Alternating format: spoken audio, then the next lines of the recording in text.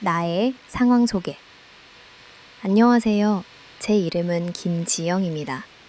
저는 현재 서울에 거주하며 채 56살의 직장인입니다. 오늘 이 글을 적으면서 제 인생에서 가장 중요한 시기에 서 있다는 사실을 실감하게 됩니다. 오랜 고민과 갈등 끝에 누군가의 현명한 의견이 필요하다는 생각에 이렇게 용기를 내어 제 이야기를 시작하려 합니다. 저의 성장 과정부터 말씀드리자면 저는 평범하고 소박한 가정에서 외동딸로 태어나 자랐습니다. 아버지는 작은 제조업체에서 오랫동안 근무하셨고 어머니는 가정주부로서 저의 곁을 지켜주셨습니다. 유복한 환경은 아니었지만 부모님께선 항상 저에게 든든한 버팀목이 되어주셨고 덕분에 사랑과 안정 속에서 성장할 수 있었습니다. 학창시절에 저는 내성적이고 사려 깊은 편이었습니다. 친구들과 어울리기보다 책 읽기를 좋아했고 부모님의 기대에 부응하기 위해 늘 노력했던 것 같습니다. 큰 문제 없이 평탄하게 생활해 왔지만 가족 간의 단단한 결속력 덕분에 사소한 어려움도 쉽게 극복할 수 있었습니다. 대학 진학도 부모님 덕에 무난히 마쳤고 졸업 후에는 서울의 한 중견기업에 입사하면서 사회인으로서의 첫걸음을 내디뎠습니다. 회사 생활은 녹록지 않았습니다. 처음엔 모든 것이 낯설고 두려웠지만 동료들과 지내면서 점차 안정을 찾게 되었습니다. 부서 이동도 여러 번 경험하며 다양한 사람들과 협업하는 방법도 익혔습니다. 특히 여성으로서 사회생활을 한다는 것이 결코 쉬운 일은 아니었는데 그럴 때마다 저는 제 자신뿐 아니라 가족을 떠올리며 힘을 냈습니다. 일과 삶의 균형을 잃지 않기 위해 노력했지만 가끔은 지칠 때도 많았습니다. 그럴 때면 늘 어머니와 긴 통화를 하며 위로를 받곤 했지요. 27살이 되었을 때 우연히 친구의 소개로 지금의 남편 이민호 씨를 만났습니다. 그는 저와는 달리 쾌활하고 적극적인 성향이었고 그 점이 낯설었지만 동시에 저를 끌어당겼습니다. 그는 회사에서 중요한 프로젝트를 맡은 경험도 있고 삶에 대한 태도 역시 긍정적이었습니다. 저희는 서로의 다름을 존중하며 천천히 가까워졌고 2년의 교제 끝에 결혼을 결심하게 되었습니다. 결혼 준비 과정은 쉽지 않았습니다. 저는 부모님의 경제적인 도움을 최대한 받지 않고 혼자서 준비하려고 했으나 주변의 기대와 현실의 벽 앞에서 때론 무력감을 느끼기도 했습니다. 다행히 남편 역시 성실하고 배려심이 깊었기에 서로 의지하며 하나씩 실타래를 풀어나갈 수 있었습니다. 그 과정에서 가족의 소중함과 상대방에 대한 신뢰의 중요성을 다시 한번 체감했습니다. 결혼 후 저희 부부는 소박하지만 따뜻한 보금자리를 마련해 서울 변두리의 작은 아파트에서 신혼생활을 시작했습니다. 대출 이자와 생활비, 그리고 미래를 위한 저축까지 빠듯한 살림이었지만 둘이 함께라면 어떤 문제든 극복할 수 있다는 믿음이 늘 컸습니다. 저는 직장 생활을 계속 이어갔고 남편 역시 자신의 커리어를 위해 열심히 노력했습니다. 가족 행사나 명절이면 항상 친정과 시댁을 분주히 오가며 양가 어른들께 부족하지 않도록 성의껏 챙기려고 애썼습니다. 하지만 늘 한구석엔 아쉬움이 남았습니다. 결혼 생활 8년 동안 저희 부부는 딱히 큰 갈등 없이 다정하게 지냈으나 시댁 쪽의 무관심은 점점 더 큰 허전함으로 다가왔습니다. 실제로 저는 남편의 아버지인 시아버지와 몇 번 왕래가 있었지만 시어머니와는 단 한 번 결혼식 때만 대면했을 뿐 그 이후로는 이름만 들을 뿐이었습니다. 남편 역시 어려서부터 거의 아버지와 할머니 손에서 자라다시피 했다고 해서 그런지 시어머니에 대한 애틋함이나 기대감이 특별히 없었습니다. 시간이 흐르면서 저희 부부는 일에 집중하며 평범한 맞벌이 부부의 삶을 이어갔습니다.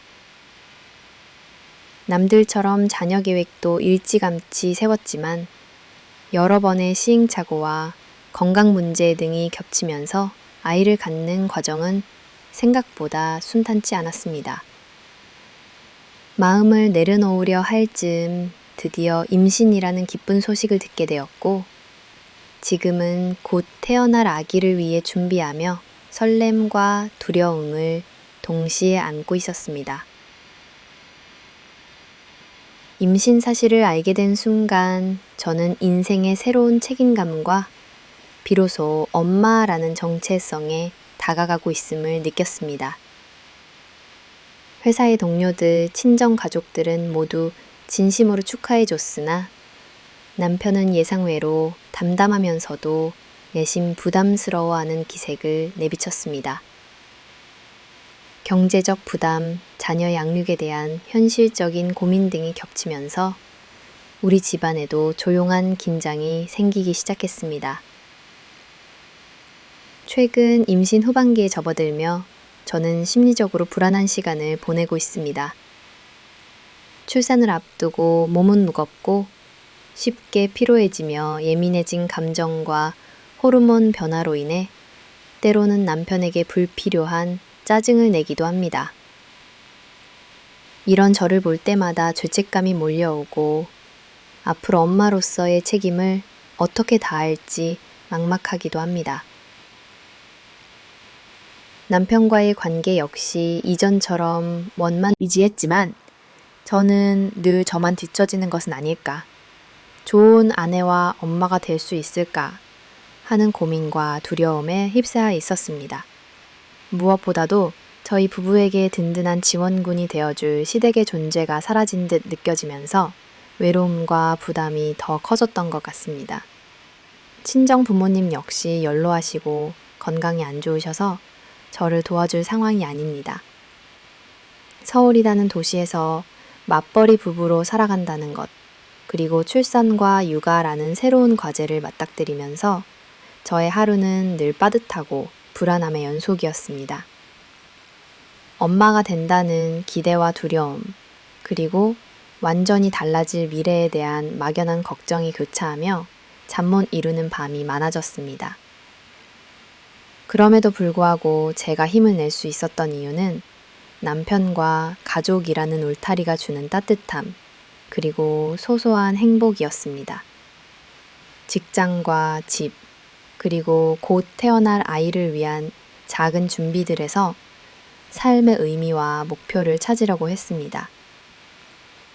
때로는 불확실한 미래에 대한 걱정, 경제적 부담, 그리고 부부 사이의 미묘한 변화가 저를 힘들게 했지만 잘 해낼 수 있다는 믿음을 스스로 다잡으며 버텨왔습니다.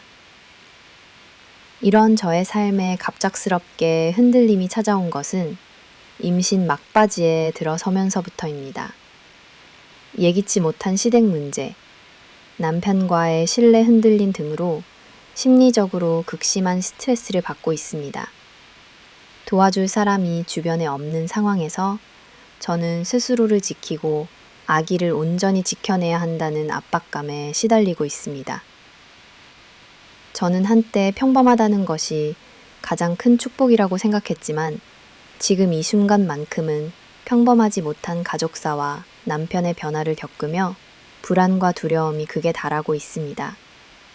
제 인생에서 가장 큰 시련의 시기, 이 혼란스러운 상황을 혼자 이겨내기에는 역부족이라는 생각이 들어 이렇게 사연을 보내게 되었습니다. 이 글을 읽으시는 여러분이 저의 이야기를 이해하고 위로와 조언을 나눠주시기를 간절히 바라며 여기에 저의 진심을 다해 저의 현재 삶과 고민을 담아봅니다. 복잡한 시댁 이야기. 남편 이민호와 결혼한 이래로 저는 그의 가족과의 관계에서 언제나 조심스럽고 동시에 미묘한 거리감을 느끼며 살고 있습니다. 저희 시댁은 겉으로 보기에는 평범해 보일 수 있지만 내면을 들여다보면 여러 갈래로 얽힌 사정과 각기 다른 성격의 가족 구성원들로 인해 꽤나 복잡하고 미묘한 분위기가 흐릅니다. 제가 처음 남편을 만나던 당시 그 역시 자신의 가족에 대해 많은 이야기를 하지 않는 편이었습니다. 단순히 부모님이 오래전부터 각자의 길을 걷고 있고 형제라고 불릴 수 있는 동생과도 크게 친밀하지 않다고만 말했을 뿐 가정사나 가족 간의 정서적 관계에 대한 깊은 대화를 나누진 않았습니다. 오히려 저보다도 더 자신을 철저히 지키고 있는 듯한 느낌을 받기도 했습니다. 남편의 아버지, 즉 저의 시아버지 이학수 씨는 한때 건실한 공기업에 다니다 일찍 명예퇴직을 하시고 지방에서 조그만 농장을 운영하며 생활하십니다. 말씀이 적고 평소에 자주 감정을 드러내지 않는 강직한 스타일이십니다. 남편의 말에 따르면 자신의 감정보다는 가족의 생계와 책임을 우선시해 온 분으로 어릴 적부터 큰 소리 한 번 내지 않고 그저 묵묵히 가족을 부양해왔던 존재입니다. 하지만 아버지의 그러한 과묵함은 종종 가족 내 소통 부재로 이어지기도 했습니다. 반대로 시어머니 박선자 씨는 완전히 다른 성향을 가진 분입니다. 젊은 시절부터 아이들 키우는 일보다는 자기만의 삶을 중시하며 살아오셨고 결혼 후에도 남편과 금세 성격 차이로 갈등을 겪어왔다고 합니다. 그런 이유로 남편이 초등학교에 입학하던 해 이미 부부는 법적으로 별거 생활에 들어섰고 그 후 시어머니는 부산에서 자신만의 사업을 시작하며 일에 몰두해 집안에는 거의 발길을 끈다시피 했다고 합니다.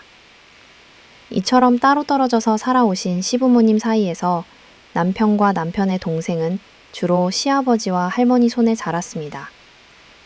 남편은 종종 시어머니에 대해 자유로운 영혼이라 표현했습니다. 즉, 누구와도 얽매이지 않고 자신의 선택에 따라 행동하는 분이라 하더군요. 실제로 남편이 성장하는 동안 시어머니와 체계적이거나 따뜻한 교감이 있었다기보다는 가끔 안부 정도 묻는 관계로 지내왔다고 합니다. 결혼 후 제가 겪은 시댁은 결코 일반적인 형태가 아니었습니다. 명절이면 보통의 며느리들은 시가에 가서 시어머니와 함께 음식을 준비하거나 가족 행사에 적극적으로 참여하곤 하는데 저희 시댁에서는 그런 모습을 기대하기 어려웠습니다. 시어머니는 연락도 거의 없고 혹 가끔 연락이 닿을 때에는 안부보다는 경제적 도움을 청하는 일이 많았습니다. 한 번은 동생의 학비 문제가 생겼다며 급히 송금을 요청하기도 했고 한 번은 사업 실패로 생활비가 부족하다며 남편을 통해 지원을 부탁해온 적도 있었습니다. 저와 남편은 자립심이 강한 편이긴 했지만 이렇게 지속적으로 시댁으로부터 경제적 요청이 오면 심적으로 부담이 커졌습니다. 저는 순수하게 가족이니 당연히 마담에 도와야 한다고 생각하려 했으나 반복되는 요청에 점점 경계심이 생기기도 했습니다. 무엇보다 남편조차도 시어머니에게 지나치게 정을 붙이지 못하는 듯했고 시아버지와도 업무적 대화 이외에는 이렇다 할 친밀감이 없어 보였습니다. 가족 행사의 경우도 복잡했습니다. 한 해는 시어머니가 별일 없이 조용히 지내다가 다음 해에는 예고도 없이 가족 모임에 등장해 자신이 그동안 겪었던 고생담이나 억울함을 토로하곤 하셨습니다. 그럴 때마다 가족 구성원들은 서로 눈치를 보며 형식적으로 이야기를 맞춰주는데 급급했습니다. 시동생 이윤우 씨도 이런 가족 분위기를 불편해하며 대학 졸업 후에는 거의 집을 떠난 채 혼자 살고 있습니다. 특히 시댁 내에서 가장 복잡하다고 느낀 점은 바로 가족이 서로를 신뢰하지 못한다는 것이었습니다. 한꺼번에 가족들이 모이면 일정 거리가 유지되고 진솔한 대화보다는 서로를 피하거나 뭉뚱그리는 식의 소통이 이루어집니다. 남편 역시 이러한 분위기 속에서 자신의 생각이나 감정은 가족들에게 거의 드러내지 않고 자기 마음을 스스로 처리하는 버릇이 생겼습니다. 저는 무의식 중에 남편의 그런 내성적 성향이 시댁 분위기에서 비롯된 것임을 깨닫게 되었습니다. 가끔 남편과 이런 얘기를 나눌 때면 자신의 어린 시절 이야기를 조심스럽게 꺼내며 아버지와 할머니가 계셨기에 외롭진 않았다고 말하곤 했습니다. 그러나 남편의 표정에서는 어딘가 결핍된 감정이 느껴졌고 이는 결혼 후 가끔 나타나는 남편의 고독함 또는 갑작스러운 침묵으로 이어질 때가 있었습니다. 시어머니와의 관계는 특히 더 묘했습니다. 결혼 초 저는 적어도 한 번쯤 정식으로 만나 서로에 대해 알아볼 시간이나 계기가 있기를 바랬으나 시어머니는 결혼식 때조차 30분가량 조용히 앉았다가 인사도 제대로 하지 않은 채 자리를 떴습니다. 그 후 8년이라는 시간이 흐르도록 저는 시어머니를 직접 만날 일이 단 한 번도 없었습니다. 정말 필요할 때만 남편에게 잠깐 연락해 생색을 내고 바로 자기 할 일을 처리하신 후 돌연 연락이 두절되는 일이 반복되었습니다. 이런 가족 환경 속에서 저는 시댁이라는 울타리 대신 친정 가족에 대한 의존도가 높아졌습니다. 명절에도 친정 어머니만 찾아뵙고 시댁 쪽에는 그저 전화를 드리는 것으로 의무를 다해야 했으니까요. 그러나 시간이 갈수록 남편의 동생이나 시아버지, 나아가 시어머니와의 관계가 조금씩 더 멀어지고 이렇다 할 연결고리조차 희미해지는 것 같아 불안과 외로움이 증폭되었습니다. 남편과 결혼하며 저는 가족이 2배로 늘어난다는 기대를 가졌지만 현실은 오히려 한쪽 날개가 자꾸 떨어져 나가는 듯한 허전함 뿐이었습니다. 친정에선 늘 든든한 어머니의 사랑과 관심을 받고 자랐지만 시댁에서는 오히려 제 존재 이유와 역할에 대해 의문이 생겼습니다. 저는 이런 감정을 남편에게 털어놓았으나 남편 또한 자신이 어릴 적부터 느꼈던 허기와 애매한 소속감을 저와 공유할 뿐 딱히 해소책을 내놓진 못했습니다. 시댁의 복잡함은 단순히 감정적인 고립만이 아니라 세부적인 실생활에서도 드러났습니다. 예를 들면 어느 한쪽이 무언가를 결정하려 할 때마다 가족 내 온도차가 크게 느껴졌습니다. 시어머니는 자기 중심적이며 가족의 상황보다는 본인의 계획과 사정을 우선했습니다. 시아버지는 반대로 가족의 평화와 질서를 위해 희생적으로 참는 경향이 강했습니다. 시동생은 이 모든 갈등을 피하려고 애써 조용히 지냈고 남편은 중심에서 곧잘 중재를 시도했지만 번번이 벽에 부딪혔습니다. 특이한 점은 가족 중 그 누구도 서로의 아픔이나 어려움을 진심으로 공유하거나 문제를 해결하기 위해 마음을 모으는 모습을 보여주지 않는다는 것입니다. 어찌 보면 각자 따로 떨어져 살아가되 표면적으로만 얽혀 있을 뿐인 구조였습니다. 최근 몇 년간 연락은 그나마 카카오톡 메시지나 명절 인사 정도로만 이어졌고 가끔은 가족 단톡방이 침묵에 묻힌 채 몇 달 지나가는 일도 허다했습니다. 새로운 가족이 된 저로서는 이런 상황이 남의 일 같지 않아 더욱 신경이 쓰였습니다. 시댁의 복잡한 역사가 아이를 가진 저에게까지도 그림자처럼 드리워지는 느낌을 받았기 때문입니다. 특히 앞으로 태어날 아이가 가족의 이런 냉랭함과 복합적인 관계들 속에서 자라야 한다는 점이 걱정스러웠습니다. 한국 사회에서 가족이란 무엇인지, 어떤 역할을 해줘야 하는지, 저는 시댁을 통해 실감과 혼란을 동시에 경험하고 있습니다. 물론 시간이 지나면 가족 간의 거리도 좁혀지고 관계도 회복되리라 기대했지만 시댁 특유의 비밀주의와 각자 도생의 태도는 쉽게 바뀌지 않았습니다. 어느새 저 스스로도 적당한 거리두기와 의무적 역할 수행에 익숙해진 듯 했습니다. 특히 남편이 경제적으로, 심리적으로 시가와의 관계에서 무거운 부담을 느낄 때마다 저는 옆에서 위로해주려 하면서도 한편으론 이 구조가 과연 옳은가 의문이 들기도 했습니다. 저희 시댁, 즉 남편의 가족은 과거에 얽힌 복잡한 방저질, 사건, 감정의 골, 그리고 아직 완전히 드러나지 않은 비밀들이 뒤엉켜 있는 집단입니다. 이런 특수한 가정 안에서 며느리라는 새로운 역할을 맞이한 제가 또 다른 진실과 현실적인 문제, 갈등, 그리고 감정의 소용돌이를 겪어야 한다는 점, 이것이 바로 제가 복잡한 시댁이라고 표현하는 가장 큰 이유입니다. 결국 그 복잡함이란 단순한 가족 불화에 대한 이야기가 아니라 서로 이해받고 존중받기를 바라면서도 결국에는 자신의 방식으로만 살아가고야 마는 가족 구성원 각각의 욕구와 상처, 그리고 남들에겐 말하지 못한 긴 세월의 비밀과 진실이 켜켜이 쌓여 있는 구조입니다. 저는 지금 이 가족의 일부가 되어 얽히고 설킨 인연 속에서 저와 저의 아이, 그리고 우리가 앞으로 짊어져야 할 역할과 책임에 대해 깊이 고민하고 있습니다. 시어머니의 관심 부재와 그로 인한 공허함. 결혼 후 저는 시어머니라는 존재가 일상에서 어떤 영향을 미칠지에 대한 기대와 두려움을 동시에 가지고 있었습니다. 대한민국 사회에서 결혼이란 양가 가족이 새롭게 맺는 인연이자 특히 며느리에게 있어 시어머니의 존재는 크고 작게 삶에 관여하기 마련이니까요. 하지만 제가 속한 시댁은 그 통념에서 현저히 벗어나 있었습니다. 실제로 결혼식 때 잠시 얼굴을 본 시어머니와의 모든 접촉은 그 후로 완전히 끊겼고 저는 전혀 예상치 못한 고립과 공허함을 느끼게 되었습니다. 처음 결혼 생활을 시작할 때 시어머니가 간섭하지 않으니 오히려 편하지 않을까라는 생각을 한 적도 있습니다. 친구들 사이에서 시어머니와의 갈등, 간섭, 명절 증후군에 대한 하소연을 들을 때만 해도 저는 내심 누군가에 비해 자유롭고 스트레스가 적은 결혼 생활을 하고 있다고 생각했던 게 사실입니다. 그러나 시간이 흐르면서 그 자유라는 것이 실은 단절과 무관심이라는 이름으로 저에게 더욱 깊은 상처가 되고 있다는 걸 깨닫게 되었습니다. 새로운 가정의 며느리로서 저는 늘 역할에 충실하고 싶었습니다. 남편과의 일상, 집안일, 양가 가족들 간의 균형 잡힌 관계 등 작은 것 하나에도 신경 쓰며 최대한 두루 섬기고자 했습니다. 명절이나 가족 모임이 있을 때마다 친정 쪽 어른들에게는 정성껏 연락을 드렸고 시댁에도 작게나마 마음을 담아 안부를 전하곤 했죠. 하지만 시어머니는 한 번도 먼저 연락해 오신 적이 없었고 제가 용기를 내어 안부 인사를 전해도 짧은 답장조차 오지 않는 경우가 태반이었습니다.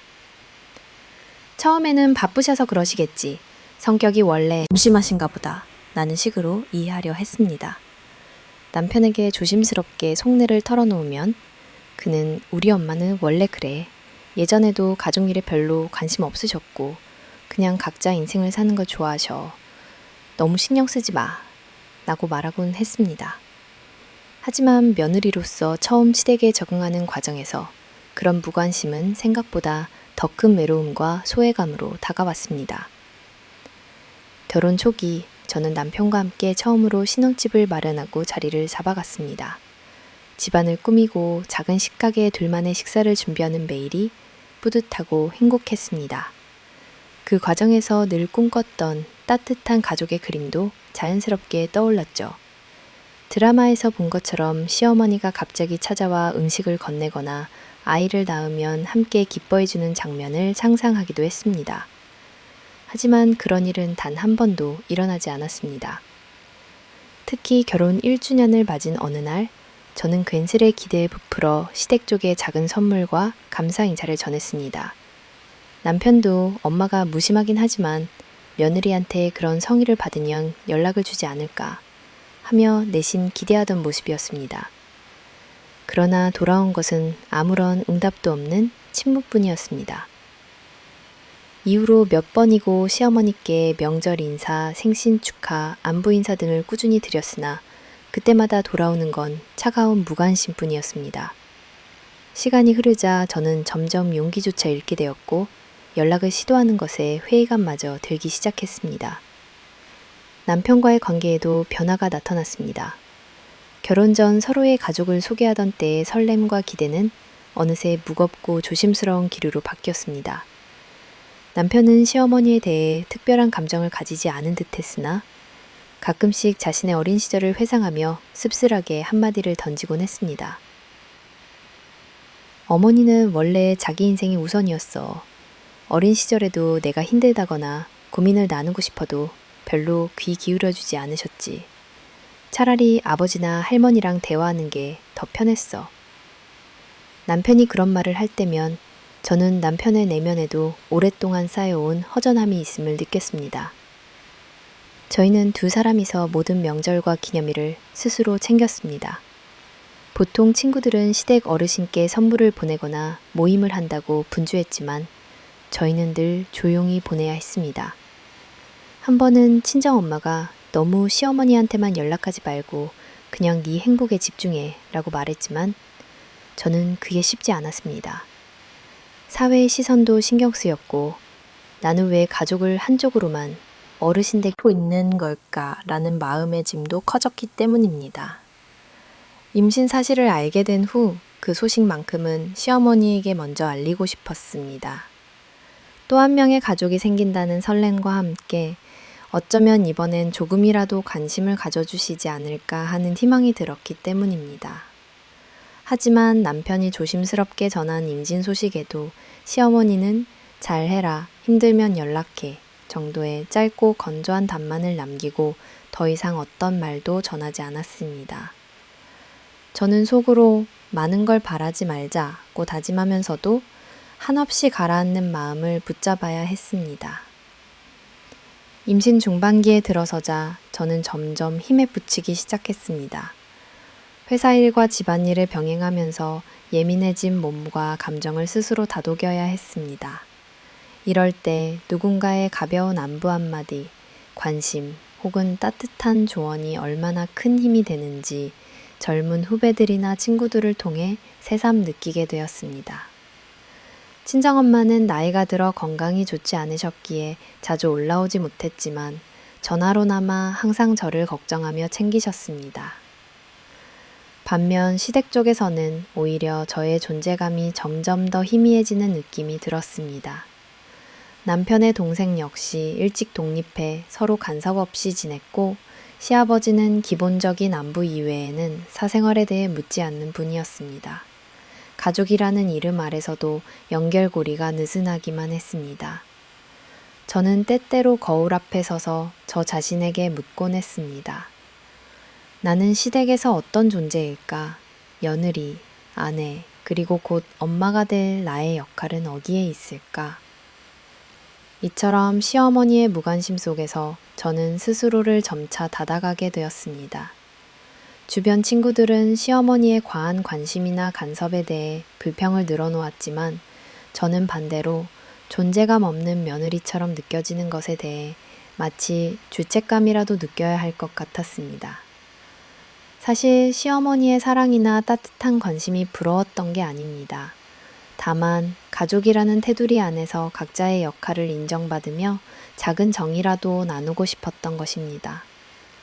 하루하루가 반복될수록 전 공허함을 좀처럼 떨쳐낼 수 없었습니다.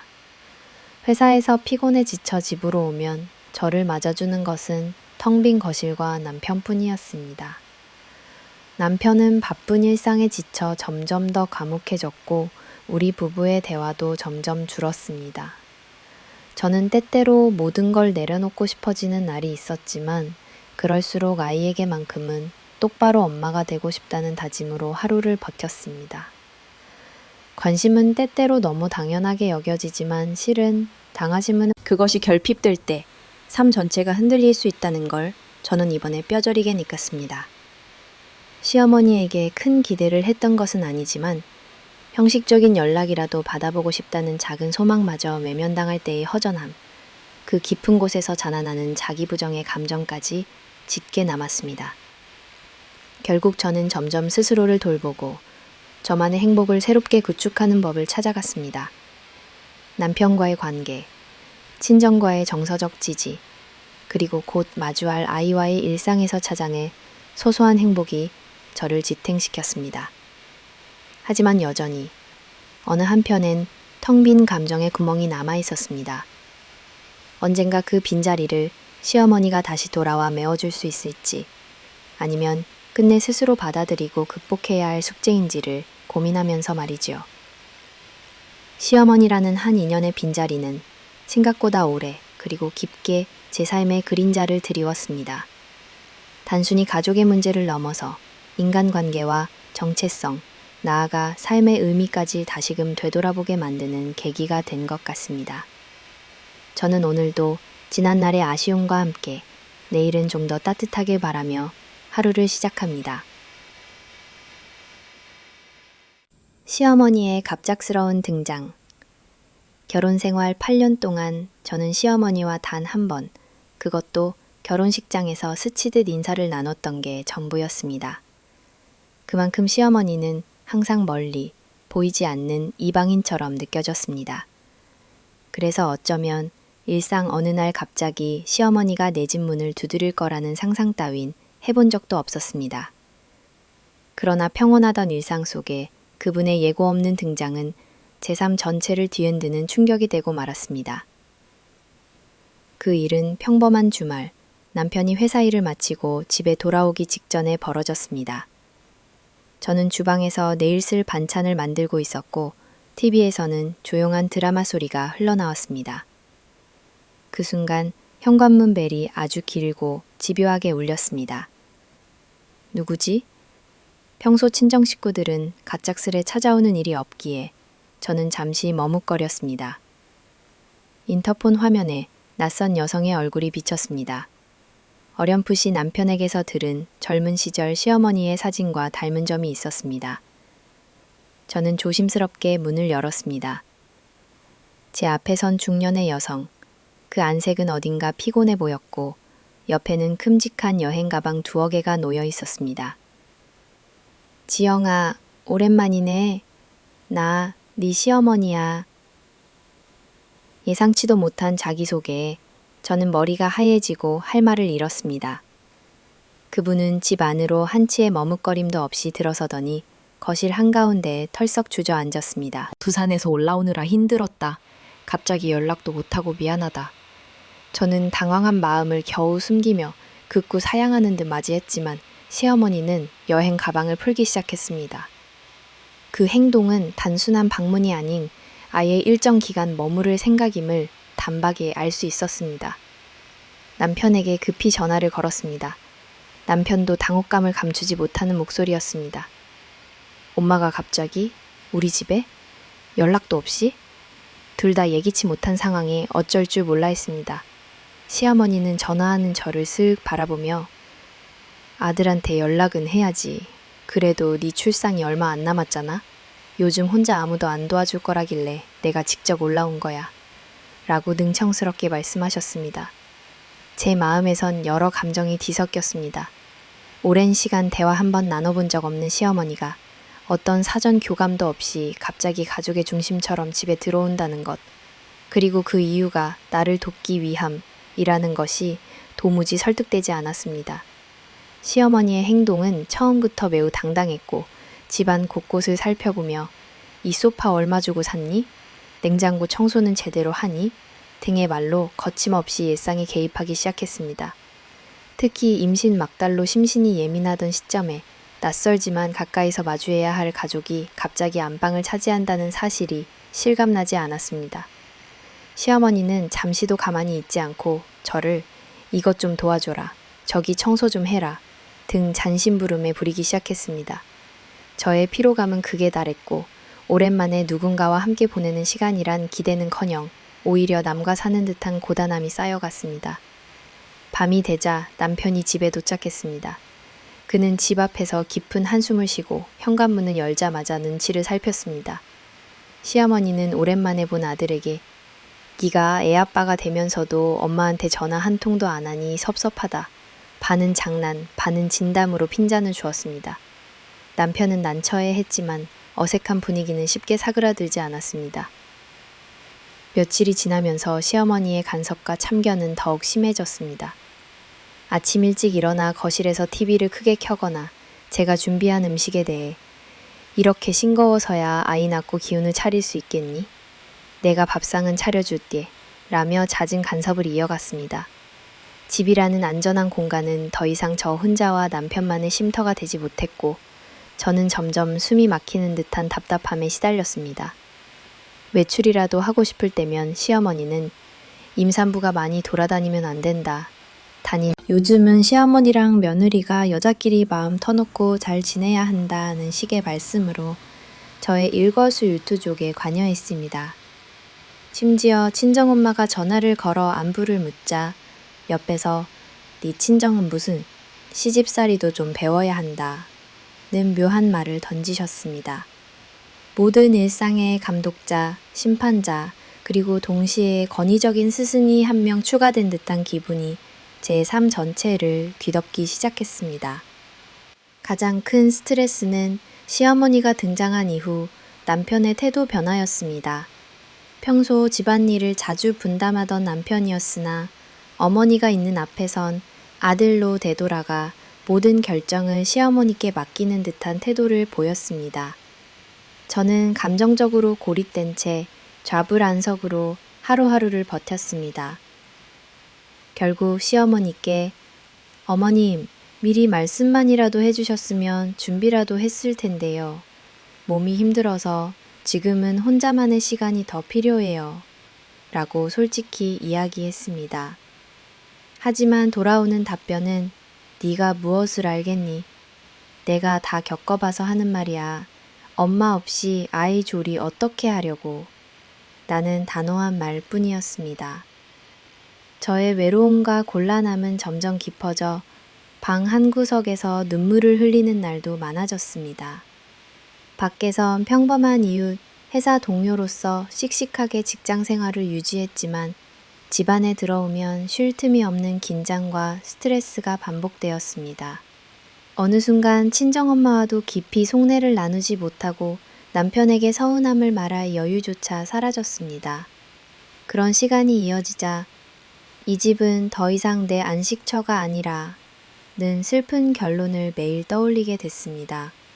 시어머니의 갑작스러운 등장은 단순히 한 인물의 방문을 넘어 제 인생의 모든 균형을 무너뜨리고 삶의 우선순위와 역할을 모두 혼란스럽게 만들었습니다. 며느리, 아내, 한 아이의 엄마로서의 존재감까지 흔들리면서 저는 가족이란 무엇인가? 라는 본질적인 물음과 직면하게 되었고 진정 원하는 삶과 행복이 어디에 있는지 매일 고민하게 된 계기가 되었습니다. 만약 구체적으로 더 추가하고 싶은 장면, 대화, 심리 묘사나 다른 요청이 있으시면 말씀해 주세요. 시어머니와의 동거로 뒤바뀐 일상. 시어머니가 갑작스럽게 저희 집에 머물기 시작한 이후 제 삶은 말 그대로 통째로 뒤바뀌었습니다. 처음 며칠은 그저 손님이 와 있다는 생각에 불편함을 견디려 노력했습니다. 하지만 시간이 지날수록 손님이 아닌 집안의 또 다른 중심축이자 지배자가 한 명 늘었다는 사실을 더욱 뼈저리게 실감하게 되었습니다. 무엇보다 하루의 시작이 달라졌습니다. 평소라면 새벽에 일어나 조용히 남편 출근 준비를 돕고 집안 곳곳을 정리하며 제 자신의 페이스대로 움직이곤 했습니다. 그러나 시어머니는 누구보다 먼저 일어나 부엌에서 아침 준비를 시작했습니다. 급기야 이른 아침부터 본가 여자들이 나서야 집안이 평안하다는 말씀과 함께 주방과 식탁 세팅의 주도권마저 자연스럽게 가져가셨습니다. 저는 울며 겨자 먹기로 시어머니의 심부름을 도와야 했습니다. 그녀는 저의 동선 하나하나를 지켜보다가 이건 이렇게 하지, 설거지는 왜 그렇게 해 하며 사사건건 지적을 아끼지 않았습니다. 아침 식사를 마치면 치우는 일마저도 제 몫이 되었습니다. 어머니는 이 집에 머무는 동안 이것저것 배울 건 배워야 한다며 제가 해온 집안일의 방식을 마치 틀렸다는 듯 고쳐 주입하셨습니다. 버릇처럼 나오는 지적과 간섭은 결국 제 자존심에 큰 상처를 남겼고 스스로 점점 무력해진다는 생각이 들었습니다. 거실, 욕실, 심지어는 침실까지 집안 구석구석이 시어머니의 눈에 들여다보이기 시작했습니다. 어머니는 이동 중에도 이불은 펼쳐서 말리고 다시 접어야 한다. 화장실 거울은 매일 닦아라. 는 식으로 저를 따라다니며 지시를 하셨습니다. 무언가를 준비하거나 앉아서 잠시 쉴라치면 임산부라고 게으르면 안 된다. 엄마가 온 김에 너도 좀 야무져져라. 고 야단치기 일쑤였습니다. 임신 막달로 쑤시는 허리와 다리를 붙잡고 예전과 다른 긴장 속에 하루를 보내는 것만으로도 체력이 바닥나기 일쑤였는데 작은 불만조차 밖으로 내보일 수 없었습니다. 가장 큰 변화는 남편과의 관계였습니다. 평소 서로 배려하고 동등한 짝처럼 지내던 남편이 어머니 앞에선 수동적이고 소극적으로 변했습니다. 어머니가 저를 책망할 때마다 남편은 중재하기는커녕 엄마 말 들으면 맞지 라는 식으로 넘어가기 일쑤였고 어쩔 때는 저보다 더 조심스레 어머니의 기분만 살폈습니다. 두부만의 대화는 점점 자취를 감췄고 거실에서 나누는 대화마저 삼가게 되었습니다. 남편 또한 눈에 띄게 위축된 모습으로 자신의 방에서 시간을 보내는 일이 많아졌고 제게조차 좀만 참고 넘어가자며 도망치는 태도를 보이기도 했습니다. 가족의 저녁 식탁은 항상 어색한 침묵으로 채워졌습니다. 시어머니는 저의 음식 솜씨나 집안 사정에 대해 대놓고 평하면서 가끔은 내가 없으면 대체 이 집을 어떻게 꾸려나갈 셈이냐 눈투로 말하곤 했습니다. 저는 내색 못하고 내 어머니만 반복했습니다. 그 긴장감 속에서 식사를 하다 보니 스스로 위장이 뒤틀리는 것 같았고 그조차도 요즘 젊은 며느리들은 요약하다며 또 다른 핀잔거리가 되었습니다.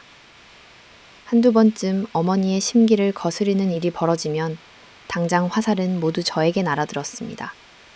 요즘 며느리들은 너무 편하게만 산다며 자신의 고생담을 나열하시는 일이 점차 많아졌습니다. 어릴 적부터 남편에게 준 용돈, 집안 경제를 책임진 일, 부산에서 사업하며 홀로 버텼던 이야기 등 1시간이고 끈질기게 회상하며 니 덕에 이렇게 고생한다 라는 말을 자주 했습니다. 말로는 저를 위한다 하시면서도 실제로는 경제적 지원이나 집안일 부담을 당연히 요구하셨습니다. 특히 냉장고 속 음식을 뒤지다가 이건 왜 이렇게 오래 놔둬? 식재료는 금방 써야지 라며 판단하고 거실 장식품까지 신혼집 분위기는 이런 게 아니다는 식으로 폄하하는 말씀도 서슴지 않으셨습니다. 저는 차츰 집에서 쉴 수 있는 공간과 심리적 평온마저 잃어버린 채 거실 한 구석 혹은 화장실에서 몰래 한숨 짓는 일이 잦아졌습니다. 하루 중 가장 두려운 시간은 밤이었습니다. 남편과 겨우 독대할 수 있는 시간조차 어머니가 늦게까지 거실 램프를 켜고 내일은 뭐 먹을 거냐, 혹시 산후도우미는 쓸 거냐 등 끝없는 질문과 간섭으로 이어졌기 때문입니다. 더 이상 집이 집 같지 않았습니다. 친정 엄마에게조차 그래도 시어머니가 옆에 계시면 든든할 때도 있다는 말만 전했습니다. 현실에서는 그 누구에게도 진짜 제 속내를 털어놓을 수 없었습니다. 더불어 시어머니는 집에 머물면서도 생활비를 부담하라는 뜻을 노골적으로 내비쳤습니다. 내가 엄마로서 도와주는 것도 있지만 이젠 내가 아기 낳고 엄마가 되니까 책임도 함께 느껴야 해 라는 말을 입버릇처럼 하셨습니다. 생활비뿐만 아니라 남편 몰래 피로물품을 사달라고 부탁하거나 심지어 조금 의미 없는 일상적 부탁에까지도 수고비를 요구하셨습니다. 저는 매번 이런 요구에 동의해야만 했고 점점 경제적 자립감마저 무너지는 듯한 불안에 사로잡혔습니다. 어머니의 존재는 집안의 무거운 분위기를 만들었습니다. 남편, 저, 우리 둘 다 아주 작은 행동이나 말투까지 어머니의 기분을 먼저 살피게 되었고 본의 아니게 서로를 피하게 되었습니다. 저는 집에서조차 항상 긴장하며 어머니가 부르실까 화장실도 편히 가지 못하는 나날이 이어졌습니다. 심지어 이웃들과 잠시 담소를 나누는 것도 머뭇거리게 여도태고 되었습니다. 혹여 어머니가 불편해하지 않을까, 근슬에 오해하지 않을까 하는 걱정 때문이었습니다. 임신 막바지였기에 육체적으로도 정신적으로도 한계에 가까웠습니다. 그럼에도 어머니는 참을 줄도 알아야 며느리로서 성장한다며 저의 고충을 이해하기보단 오래된 전통적 가치관과 자기 경험을 내세웠습니다. 이런 날들이 반복되다 보니 이대로라면 출산 후 삶은 어떻게 변할까 두려워졌고 점점 우울한 감정이 번졌습니다. 이 모든 현실을 받아들이며 지낸 시기, 저는 말로 다 할 수 없는 극도의 피로감과 고립감을 느꼈습니다. 며느리로 한 집의 주인으로 곧 아이의 엄마로서 제가 감당해야 할 몫이 어디까지인지 종종 헷갈렸습니다. 어머니와 동거한 시간은 제게 단순한 부딪힘, 갈등을 넘어 가족이라는 의미와 제 자존감, 그리고 행복의 경계까지 혼란스럽게 만든 시간이었습니다. 그 집은 더 이상 저의 안식처가 아니었고 매일 집으로 돌아가는 길이 세상에서 가장 멀고 두려운 여정처럼 느껴졌습니다.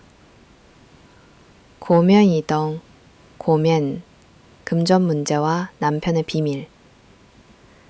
시어머니와의 동거가 시작된 후 집안 분위기는 더욱 긴장되고 경직되었습니다. 그러나 정작 저를 가장 혼란스럽고 무력하게 만든 문제는 시어머니가 남편에게 끊임없이 돈 문제를 언급하기 시작하면서부터였습니다. 그저 잠시 머문다던 그녀가 자연스럽게 집안의 경제적 문제까지 간섭을 넓혀갔던 것입니다. 처음에는 살림살이에 필요한 생필품 좀 장만해야겠다. 여기까지 오면서 차비가 적잖이 들었다는 식의 비교적 소소한 요구로 시작됐습니다. 그때마다 남편은 자신의 카드나 현금을 내어드렸고 저는 대수롭지 않게 여겼습니다. 하지만 시간이 지날수록 어머니는 점점 더 노골적으로 금전에 대해 언급하기 시작했습니다. 예를 들어 며느리가 아기 낳으려면 소이 더 필요하다. 내가 도와주는데 마땅히 수고비도 챙겨야 한다. 내 아버지가 몇 푼 주는 것도 아니고 우리 민호가 제대로 뒷바라지 해야지 라는 식이었습니다. 그 무렵 남편의 표정은 이전과 달리 불안해 보였습니다. 저는 남편에게 조심스럽게 요즘 생활비가 예전보다 많이 나가는 것 같다고 운을 뗐고 남편은 처음엔 준비도 필요하고 임신 중이니까 내 걱정 말고 필요하면 얼마든 써 라고 대수롭지 않게 넘기곤 했습니다. 그 말에 안심하려 했지만 카드 내역과 통장 이체 내역을 살피다가 저는 우연히 이상한 사실을 발견하고 말았습니다. 저희 부부는 결혼 초부터 생활비와 월급을 일정 비율로 공동계좌에 모아 사용하는 방식을 고수해 왔습니다. 각자의 수입과 지출, 저축 목표까지 모두 투명하게 공유해 왔던 터라 남편의 신중한 소비 성향은 늘 신뢰했던 저였습니다. 하지만 어느 날 반복적으로 두꺼운 송금 내역이 확인되었습니다. 이민호, 박선자, 나는 이름 아래에 날마다 일정 금액, 그것도 적지 않은 액수가 정확히 빠져나가고 있었습니다. 남인호를 알고 보니 남편은 시어머니가 집에 오기 한참 전부터 매월 200만 원을 별도의 설명 없이 시어머니 계좌로 송금하고 있었던 것입니다. 이 체계적인 이체는 공동예금 통장에서 매달 4일, 때로는 날짜를 바꿔가며 최근 1년 넘게 지속되어 왔습니다. 처음엔 도대체 왜 아무 얘기 없이 이런 큰 돈이 나가고 있는 걸까? 라는 의문이 머리를 떠나지 않았습니다. 더욱 혼란스러웠던 것은 최근 시어머니가 아기 돌볼 돈이라며 수고비를 요구한 시기와 이 송금 내역이 맞물려 있다는 사실이었습니다. 저는 며칠 밤을 뜬 눈으로 고민했습니다. 남편에게 어떻게, 언제, 어떤 말로 이 문제를 물어야 올바를까? 생활비 외에 따로 보내는 돈이 있는지 가볍게 운을 띄워봤지만 마땅히 부모님 챙기는 건 당연한 거잖아. 큰 의미 두지 마. 라는 대답만 돌아왔습니다. 저는 더 이상 참을 수 없었고 어느 저녁 남편에게 직접적인 대화를 청했습니다. 민호야, 요즘 계속 통장에서 빠져나가는 돈이 있어. 벌써 1년이 넘었더라. 무슨 이유인지 솔직히 말해줄 수 있어? 남편은 한동안 아무 말도 하지 않았습니다. 그리고는 어렵게 입을 열었습니다. 엄마가 부산에서 사업이 많이 힘들다는 연락을 해왔어.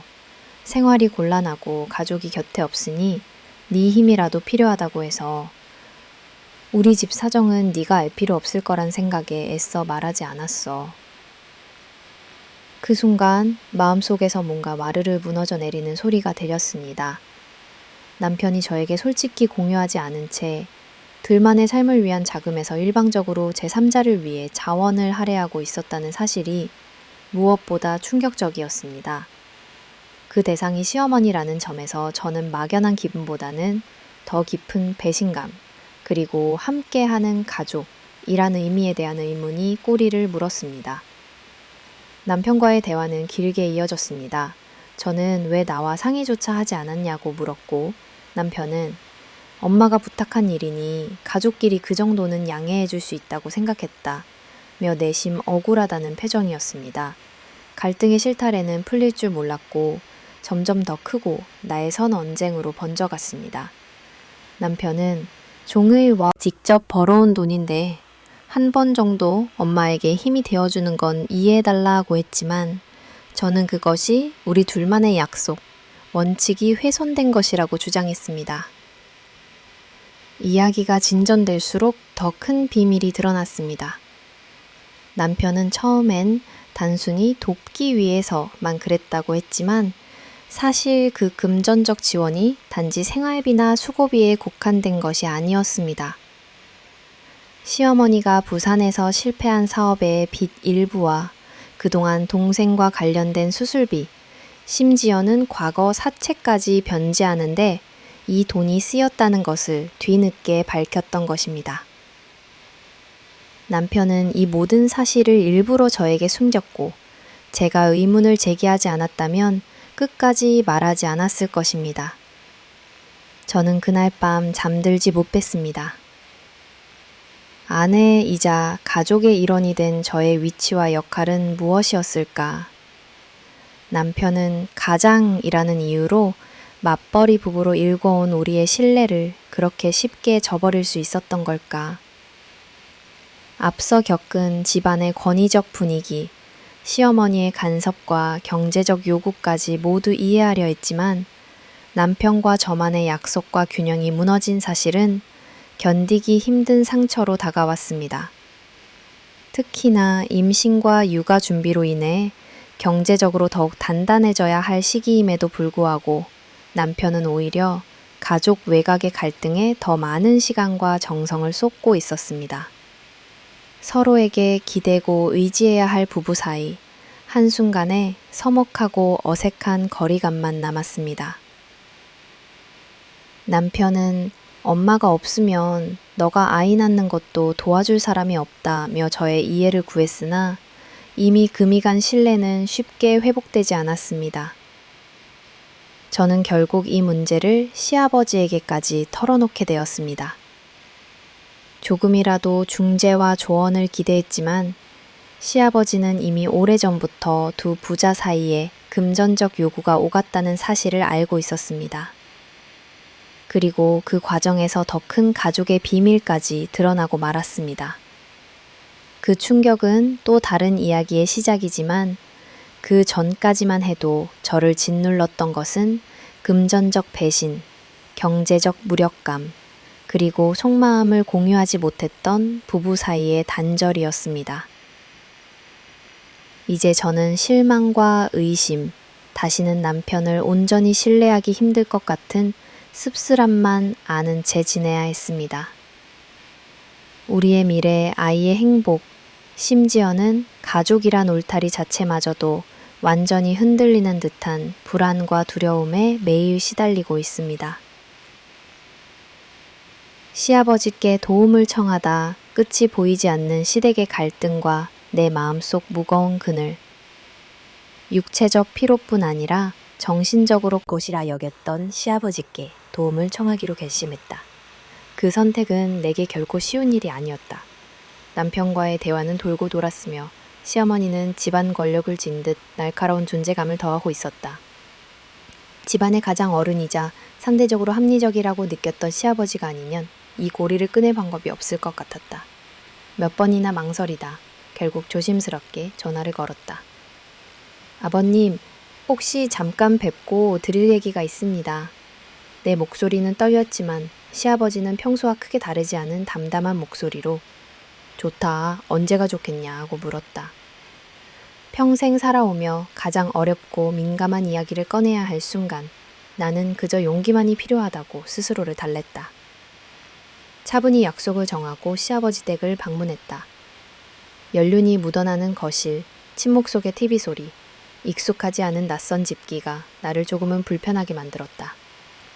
그러나 그보다 더 나를 긴장하게 했던 것은 오늘 마주해야 할 대화의 무게였다. 저는 먼저 준비해온 대로 최근 집안에서 벌어진 일들을 최대한 담담하게 설명하기 시작했다.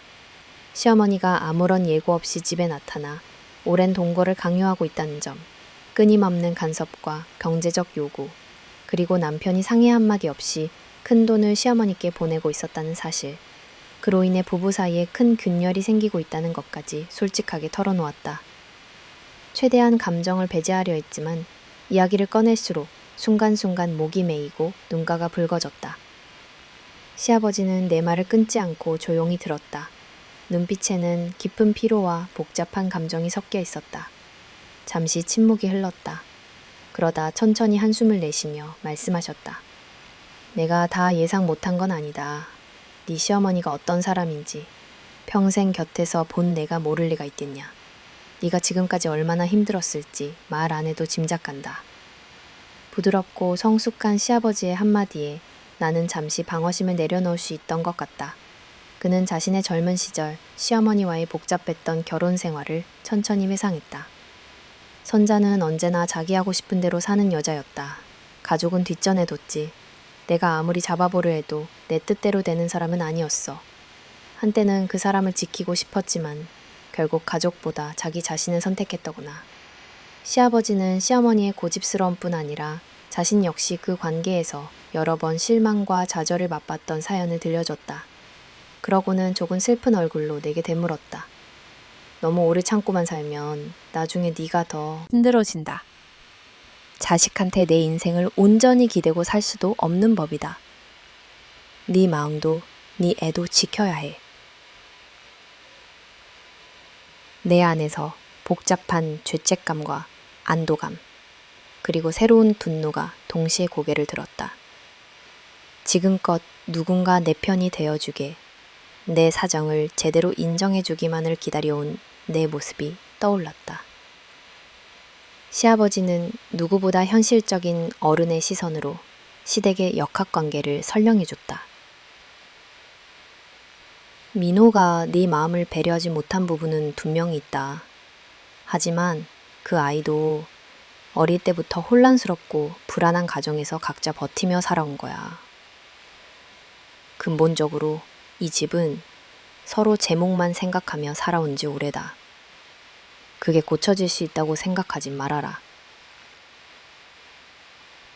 이야기는 점차 깊어졌다.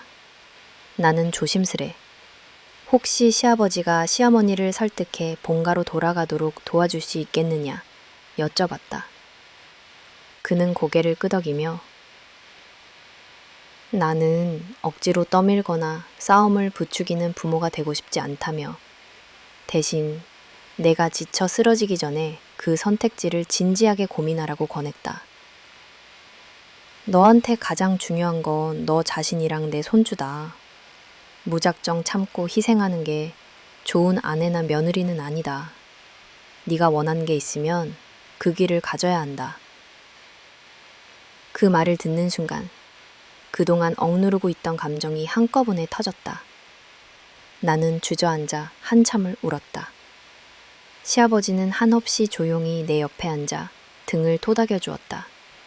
그 순간만큼은 진짜 내 아버지처럼 느껴지기도 했다. 세상에 완벽한 가족은 없어. 다만 내 삶의 주인은 언제나 너 자신이라는 걸 잊지 마라. 길고 긴 대화 끝에 나는 삶의 중대한 갈림길에 서 있다는 사실과 그 어떤 결정도 나 스스로 내릴 자격이 있다는 점을 되새기게 되었다. 그날 집으로 돌아오며 나는 처음으로 내가 처한 상황을 있는 그대로 받아들이려 애썼다. 모든 관계에 있어 절대적인 희생도 무작정 견디는 것도 답이 아니라는 것을 깨달았다. 그 후 시아버지는 나를 위해 시어머니와 솔직한 대화를 나눌 것을 약속하셨다. 이전과 달리 더 이상 나만의 문제로 여기지 않고 가족 모두가 책임지고 풀어나가야 할 문제로 인정해 준 것이었다. 하지만 그는 마지막까진 나에게 물러서도 괜찮다. 네가 행복해지는 길이라면 어떤 결정도 존중하겠다고 덧붙였다. 그날 밤 나는 한 번 더 삶을 돌아보았다. 누구도 쉽게 대신 결정할 수 없는 그러나 반드시 선택해야 할 문제와 마주하고 있었다. 시아버지와의 대화는 뜻밖의 방향으로 흘러갔다. 처음엔 그저 시어머니의 무리한 행동과 금전적 문제, 남편의 비밀 송금에 대한 호소로 시작된 만남이었다. 나는 그저 시어머니를 설득해 다시 부산으로 내려가 주시길 바라는 마음뿐이었고 시아버지의 조언도 그 선에서 끝날 줄 알았다. 그러나 조심스럽고도 숨가쁜 긴장이 흐르는 거실에서 쌓여있던 가족의 어둡고 복잡한 비밀이 서서히 드러나기 시작했다. 시아버지는 조용히 한숨을 내쉬며 이제껏 누구에게도 말하지 못했던 가슴 깊은 이야기를 꺼냈다. 그의 표정에는 오랜 세월 억눌러온 무거움이 배어있었다. 지영아, 그동안 고생이 많았다. 너희 어머니, 네 남편, 네가 보지 못한 그들만의 세상이 있다. 그렇게 이야기는 고요하게 그리고 점점 거침없이 내게로 흘러넘쳤다. 사실 민호는 내 친아들이 아니다. 한순간 내 몸이 딱딱하게 굳으며 숨소리조차 들리지 않는 듯 했다. 시아버지는 오랜 침묵 끝에 무거운 입을 뗐다. 네 시어머니가 젊은 시절 가슴에 묻어두고 있던 남자가 있었다. 한대석이란 사람이지. 내가 결혼하기 전부터 두 사람은 깊은 관계였어. 그러다 민호가 생겼다는 걸 나중에서야 알게 됐다.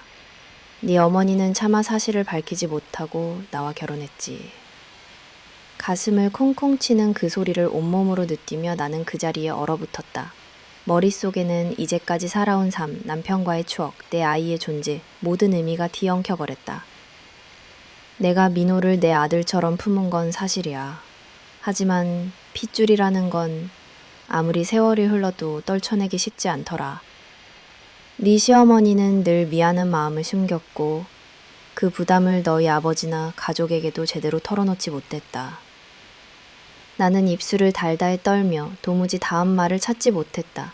머릿속에는 시어머니가 보여주었던 알 수 없는 거리감, 남편이 어쩌면 늘 불안해하던 그는, 그리고 가족끼리 공개적으로는 말하지 않았지만 어딘가 엇갈려 있던 기류가 한꺼번에 스치고 지나갔다.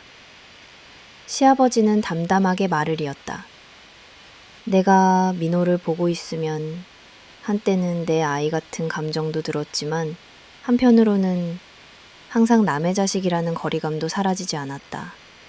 네가 지금 힘든 것도 그 가족적 거리가 계속 너희 모두를 불행하게 만들고 있을 거라 생각해. 네 어머니가 부산으로 내려와 계속 따로 살기를 고집했던 것도, 혹은 가족의 일원을 쉽사리 받아들이지 못한 이유도 결국 저 미안함과 숨겨진 죄책감 때문이었을 거야.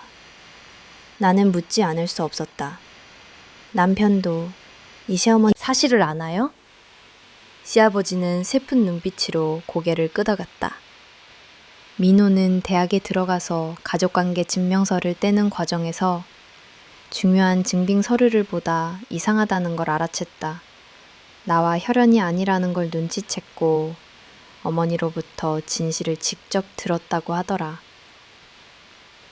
순간 내 남편의 평소 언행이 하나하나 이해되는 듯했다.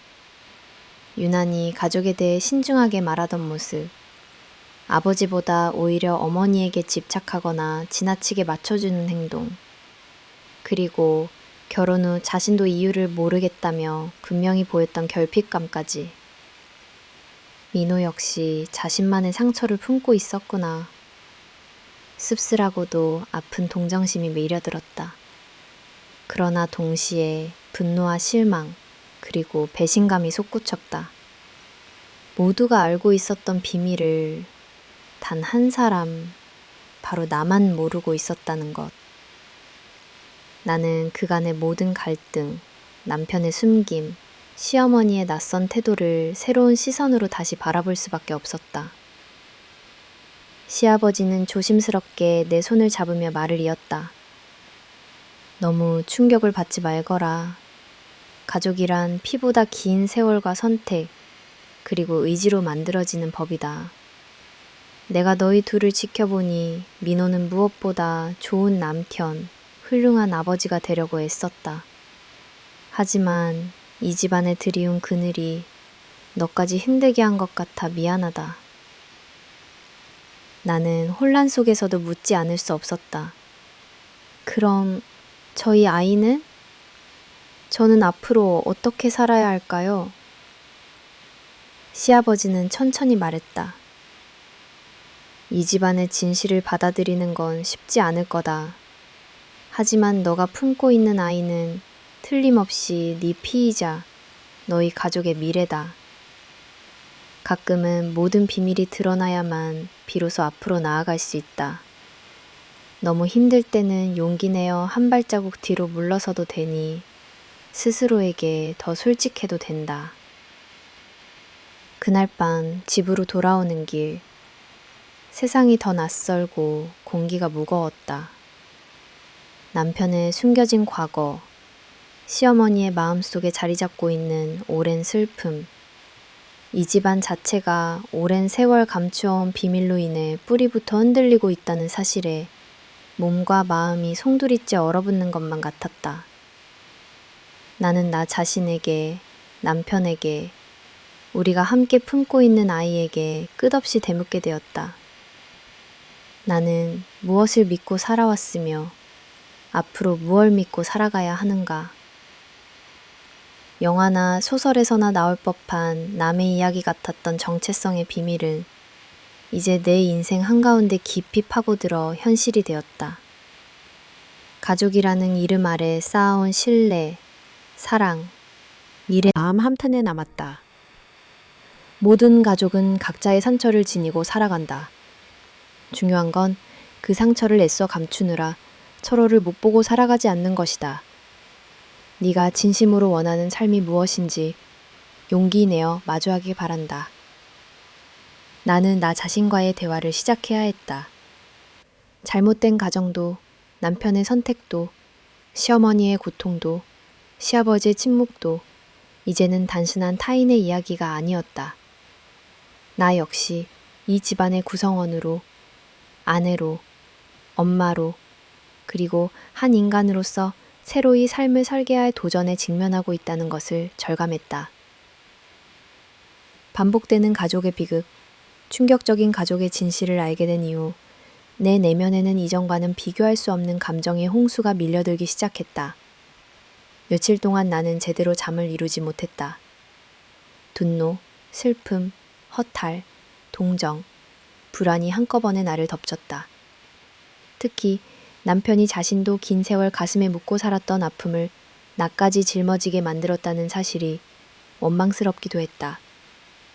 집안 곳곳을 바라볼 때마다 숨겨져 있던 비밀들이 여기저기 내 삶을 따라다니는 것 같았다. 그리고 어느 순간 우리 가족의 갈등과 위기가 이전 세대의 비극을 점점 닮아가고 있다는 사실을 뼈저리게 느끼게 되었다. 시아버지와의 만남 후 며칠이 지나 남편과의 사이에도 감정의 골이 깊어졌다. 표면적으로는 평온을 유지했으나 서로를 바라보는 눈빛에는 걷잡을 수 없는 거리감과 의심, 무력감이 떠 있었다. 그 무렵 시어머니 역시 집안 분위기를 감지한 듯 내 앞에서 한층 더 예민해지고 갖가지 일로 트집을 잡기 시작했다. 작은 실수에도 큰 소리를 내며 이 집안이 왜 이 모양인지 이제 알겠다. 너도 역시 나를 이해하지 못하니 똑같다. 는 식으로 몰아붙였다. 시아버지의 고백 이후 나는 남편과 진지하게 대화를 시도했다. 하지만 남편은 여전히 불편한 듯 시선을 피했고 이런 일까지 네가 알게 돼서 미안하다며 자책하거나 때로는 나는 이미 오래전부터 가족 같지 않았다며 씁쓸해했다. 우리는 대화 도중 각자 울먹이며 말끝을 흐리고 결론에 이르지 못한 채 각자의 방으로 들어가 조용히 문을 닫았다. 그런 날이 며칠 반복되던 어느 저녁, 시어머니가 돌연 내게 쏟아낸 말을 난 생생히 기억한다. 여자란 원래 가슴에 하나쯤 남모르는 상처를 간직하고 사는 법이야. 나도 그랬고, 네 시아버지도, 민호도, 결국 너도 마찬가지야. 그 말은 아픈 위로라기보다는 자신의 과오와 상처를 정당화하려는 변명처럼 들렸다. 마음이 무너졌다. 한 세대가 쌓아온 아픔이 또 다음 세대에게 고스란히 물려지고 있다는 현실 앞에서 나는 숨조차 쉽사리 쉴 수 없었다. 며칠 뒤 시아버지가 우리 집을 방문했다. 조용히 거실에 모인 사형제 구성원, 시아버지, 시어머니, 남편 그리고 나 사이에는 빙글빙글 돈체로 해결되지 않은 감정과 응어리가 켜켜이 겹쳐 있었다. 시아버지가 입을 열었다. 이제는 우리 모두 솔직하게 각자의 마음을 얘기해야 할 때다. 더 이상 누구도 남에게만 책임을 돌리지 말고 각자 자신의 몫을 받아들여야 한다. 시어머니는 처음엔 고개를 외로 돌렸으나 점차 자신의 젊은 시절과 집을 떠나 산 시간, 민호의 출생과 진실에 대해 말하기 시작했다. 눈물 섞인 목소리로. 난 항상 죄책감에 시달렸다. 그래서 너희 곁에 오래 있지 못한 거다 하고 고백했다. 그때 남편이 갑자기 입을 열었다. 난 어린 시절부터 항상 어딘가 부족하다고 느꼈고 가족들이 서로 완전히 믿지 못한다는 걸 알면서도 외면하려 했다. 내 마음의 그림자를 아내에게까지 남기게 됐다. 이렇게 될 줄 몰랐다. 그 순간 오랫동안 외면해왔던 서로의 상처와 고백이 마치 터져버린 댐처럼 한꺼번에 거실을 적셨다. 슬프게도 이 과정에서 나는 현재의 우리 모습이 바로 시아버지, 시어머니 세대의 미해결된 비극이 다시 반복되는 장면이라는 걸 실감하게 되었다. 과거 시아버지는 가정을 지키지 못한 자책감과 참회, 시어머니는 숨겨진 사랑과 죄의식, 남편은 정체성의 혼란과 외로움을 안고 서로 말하지 못한 채 거리를 두고 살았다. 이제 그 고립감, 침묵, 불신이 고스란히 우리 세대, 특히 나와 남편, 그리고 곧 태어날 아이에게까지 이어지고 있었다. 이런 과정은 나와 남편의 관계에도 닮은 꼴에 금을 남겼다. 남편은 자신도 모르게 현실의 압박에서 도피하듯 어머니에게 의존하거나 복잡한 내면을 외면했다. 나는 반복적으로 실망하고 신뢰의 벽을 높이 쌓은 채 타인처럼 굴었다. 집안의 침묵, 부부 사이의 대화 단절, 서로를 바라보는 슬픈 시선, 모두가 이미 오래전부터 이 집안에서 반복되던 비극의 공식이었다. 이 집의 누구도 스스로를 구원하지 못했고 결국 그 고통을 다시 새로운 가족에게 넘기고 있었다. 특히 나는 엄마가 될 준비를 하면서 이 반복을 어떻게 끊을 수 있을지 스스로에게 수없이 질문했다. 내 아이에게까지 가족의 상처와 침묵, 분노가 그대로 이어진다면 나는 엄마로서, 한 인간으로서 진심으로 행복할 수 없겠다 싶었다. 시아버지의 마지막 말이 다시 떠올랐다. 누군가는 이 비극의 고리를 끊어내야 안다. 네가 아니어도 좋아. 하지만 어느 한순간 용기를 내야 한다. 나는 그 용기란 것이 무엇일지, 또 어디서 시작해야 할지 생각에 잠겼다. 밤이 깊도록 나는 거실 창문을 가만히 바라봤다. 우리의 삶 밖에는 평온한 도시와 불빛이 있었고 그 안에서는 가족이라는 이름으로 묶인 사람들이 각기 옆구리에 상처 하나씩을 숨긴 채 앉아 있었다. 나는 처음으로 이 모든 고통과 마주하는 게 두렵기도 했지만 또 언젠가는 변화가 시작될 수 있으리란 작은 희망도 품을 수 있었다. 비극은 반복됐지만 이제 그 끝을 선택해야 할 사람은 바로 내가 아닐까 하는 생각이 가슴 한구석을 뜨겁게 했다. 좌절과 남편에 대한 신뢰의 상실, 가족의 비밀이 연이어 밝혀지면서 내 마음속에 버팀목이 하나둘 무너져 내렸다. 특히 남편이 그 모든 사실과 갈등을 처음부터 알고 있었으면서도 나에게 털어놓지 않았다는 점은 무엇보다 큰 상처로 남았다. 내가 아이를 품고 힘든 시간들을 버틸 수 있었던 건 작은 것이라도 서로를 만전히 믿고 있다는 신뢰가 있었기 때문이었다. 그러나 그 신뢰도 부부라는 이름 아래 약속된 평온도 모두 산산조각 났다. 이전에는 남편이 힘들면 곁에서 함께 울고 하루하루 안부를 챙기며 어깨에 기대곤 했다. 하지만 한번 틈이 생기자 나는 남편의 옆에 있는 것조차 숨이 막히고 힘들어졌다. 남편 역시 나를 바라보지 않았다. 피곤하다며 퇴근하자마자 방에 들어가 문을 닫았고 어색한 정적이 집안을 휘감았다. 저녁 식탁에서는 더 이상 우리 둘만의 대화가 오가지 않았다. 남편은 휴대폰만 바라보거나 어색하게 숟가락질을 하다 일어나 버렸다. 나는 억지로 식사를 마치고 싱크대 앞에서 멍하니 그릇만 바라보다가 때로는 손을 부르르 떨기도 했다. 소중했던 우리의 일상이 무너지고 있었다. 가장 힘든 건 나조차 남편이 무슨 생각을 하는지 전혀 알 수 없다는 현실이었다. 남편이 왜 계속 조용히 비밀을 감추려 했는지, 왜 시어머니의 부당한 요구를 묵인했는지 나는 아무리 머리를 굴려도 알 수 없었다. 답을 듣고 싶기도 했지만 또다시 상처받을까 두려워 말을 꺼낼 용기도 나지 않았다. 밤이면 침실에서 등을 돌린 채 각자 눈을 감았다. 한 공간 안에서 한 침대 위에 누워 있지만 마음과 마음 사이엔 거대한 벽이 생겼다. 나는 남편이 내게 다시 다가와 주기를 기대하다가도 이내 그 기대가 허무하게 사라져버리는 것을 수차례 반복했다. 어느 날 임신 후 처음으로 극심한 불면증에 시달렸다. 새벽까지 잠들지 못하고 멍하니 바라봤다. 희미한 불빛에 비친 내 모습이 낯설었고 그 속에서 점점 지쳐가는 한 여성을 발견했다. 내 안에서 원망이 자라났다. 왜 나만 이렇게 아프고 힘들어야 하지? 도대체 무엇이 잘못된 걸까? 나는 나 자신이 잘못 선택한 게 아닐까? 지금의 불행은 내 책임 아닐까? 자책하기 시작했다. 가족들의 비극이 반복되고 있지만 그 누구도 스스로의 문제를 끝내 인정하려 들지 않는 모습이 내 남편에게서까지 여실히 드러난다는 사실이 견딜 수 없이 억울하고 두려웠다. 남편에게 직접적으로 마음을 전해본 적도 있었다. 나 정말 힘들어. 네가 내 옆에 있어줬으면 좋겠어. 그러나 남편은 나도 혼란스러워. 나한테 조금만 시간을 줘. 나는 대답만 되풀이할 뿐 진심으로 내 감정에 공감해주지 않았다. 그 무심함에 나는 점점 더 단절감을 느꼈다. 감정의 교류가 사라진 부부관계는 허공에 대고 외치는 듯 했으며 더 이상 기대할 것조차 남지 않는 느낌이었다. 내 속이 텅 비어버린 듯 아무 생각 없이 하루를 보내고 밤이면 눈물만 흘렸다. 시간이 흐르면서 나는 우리 관계의 균열이 단순한 오해나 실수에서 온 것이 아니라 보다 근본적인 신뢰의 상실에서 비롯된 것임을 깨닫게 됐다. 이제 나는 남편의 작은 말이나 행동에도 의미를 부여하며 불필요한 의심과 불안에 시달렸다. 한때는 아무렇지 않게 넘겼을 사소한 일상조차 이제는 불신의 증거로 여겨졌다.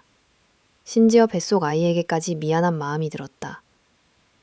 엄마가 이렇게 불안하고 힘들게 지내면 너는 어떤 세상을 만나게 될까? 그 걱정에 생각만으로도 눈물이 쏟아졌다. 남편에게 손을 내밀고 싶었으나 내민 손이 다시 상처받을까 두려워 움츠러들었다. 임신을 핑계 삼아 친정에 며칠 다녀와도 될지 남편에게 조심스럽게 물었지만 남편은 그래 네가 편한 대로 해 라며 무심하게 대답했다. 나는 그 반응에 더 큰 상실감을 느꼈다. 나와 남편, 그리고 우리가 함께 꿈꿨던 가정의 의미가 하루하루 더 멀어져만 갔다. 어느 밤, 거실 한 구석에서 홀로 앉아 아무 말 없이 시간을 보냈다. 집 전체가 낯설고 어색하게 느껴졌고 스스로가 남의 집에 머무는 사람처럼 철저하게 외로웠다. 내 곁엔 아무도 없었다. 누구에게도 내 슬픔, 내 두려움, 내 분노를 제대로 설명할 수 없었다. 마음 깊은 곳에서 처음으로 이 관계를 계속 이어가야 하나? 과연 앞으로 이 가족 안에서 내가 행복해질 수 있다는 보장이 있나? 하는 의문이 생기기 시작했다. 남편을 더 이상 믿을 수 없다는 자각은 내게 막막하고 절망적인 공허를 남겼다. 결국 나는 부부 사이에 남겨진 마지막 끈을 붙들은 채 스스로를 다독였다. 언젠가는 괜찮아질까? 아니면 나 역시 관계를 끝내는 용기를 가져야 할까?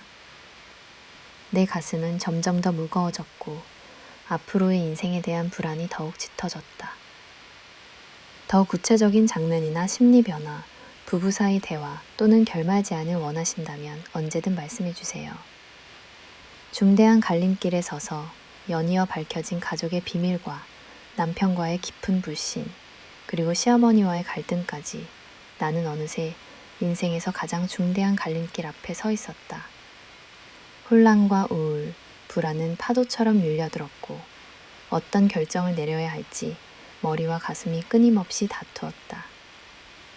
몸은 이미 임신 막달이라 힘들었지만 정신적으로는 그보다 더 위태로운 하루하루였다. 낮에는 아기 용품을 챙긴 척하며 쓸쓸하게 집을 정리하곤 했고 밤이면 거실 창가에 앉아 혼자 창밖을 오래도록 바라보았다. 언젠가부터 나의 표정은 환한 미소 대신 근심과 지침으로 가득 찼다. 집안 공기 역시 무겁고 남편과도 점점 더 멀어졌다. 대답 없는 질문이 마음을 가득 메웠다. 이대로 참고 살아야 할까? 아니면 이제는 내 행복을 위해서 모든 틀을 깨고 나와야 할까? 매일 아침 눈을 뜨면 나는 스스로에게 같은 질문을 물었다. 부부 사이의 신뢰는 이미 무너졌고 가족이라는 안전망도 더 이상 나를 지켜주지 못했다. 무엇을 선택하든 상처는 불가피해 보였다. 이런 내 심경을 남에게 쉽게 털어놓을 수도 없었다. 엄마가 되기 전에 나와 앞으로 엄마로 살아가야 할 나, 두 자아 사이에서 갈팡질팡하는 나날이었다. 친정 엄마에게 전화를 걸어볼까 망설이다가도 괜히 걱정만 끼칠까봐 조용히 전화기를 내려놓았다. 친구에게 속마음을 이야기하고 싶었지만 정작 입 밖으로 꺼내려니 말문이 막혔다.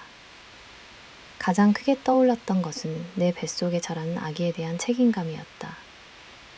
내가 어떻게든 버티면 아이는 온전할 수 있을까?